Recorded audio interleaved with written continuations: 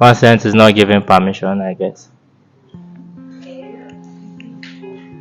Like that's not what consent is. Abi. Consent is giving permission. Ah, my Jesus.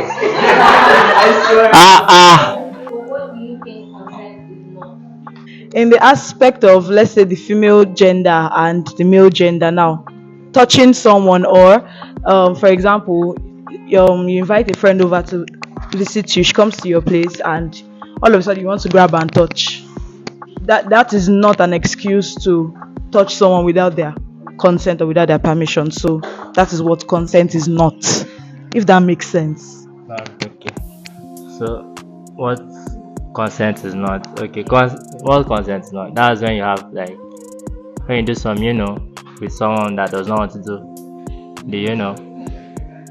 like the person is not really in the mood and you are like forcing things. So if you that's not consent. Try. Consent is not being sure. Consent is either a yes. Once is either being not sure or a no. It is definitely not consent. So yeah. Does making out or agreeing to visit someone imply sexual violence? Making out or agreeing to visit implies consent to make out or agree to visit. Just what that is, the statement. So making out or agreeing to visit is consent to make out.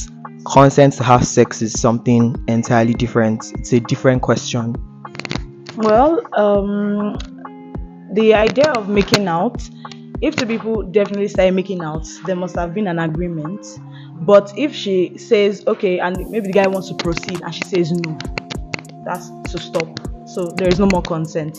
So if someone pays you a visit, that's definitely no consent to. I could pay you a visit to just catch cruise, to have fun, to play, hang out, play games, but it doesn't mean we have to go down to third base or second base.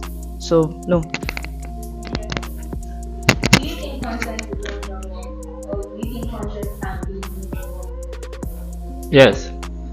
It can be non-verbal now. Like when you do some, and she allows you to continue. So that's like giving you consent without stopping you. She's giving you signs that you say continue now. Why are you stopping? Sure you feel.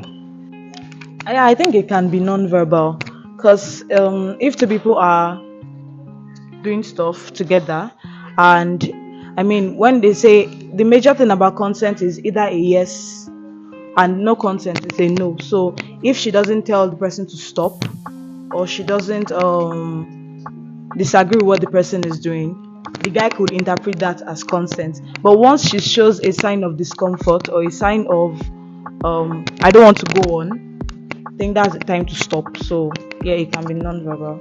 Okay, so I feel like in theory, it makes it seem like people act like consent has to be fully verbal, but like in real life, most times when someone actually wants something, you just know. For example, if I ask you to do something, and if I'm like, do you want this bottle of water? I feel like there's a way you'll be excited if you actually want it. Like you would, once a person doesn't necessarily seem like they're excited, you should be excited to do anything sexual. It's not something, it's supposed to be enjoyable, pleasurable. So as long as any body language is not giving that, you should be excited to be touched by the one you want to have sex with. So yeah, I feel like it can be non-verbal.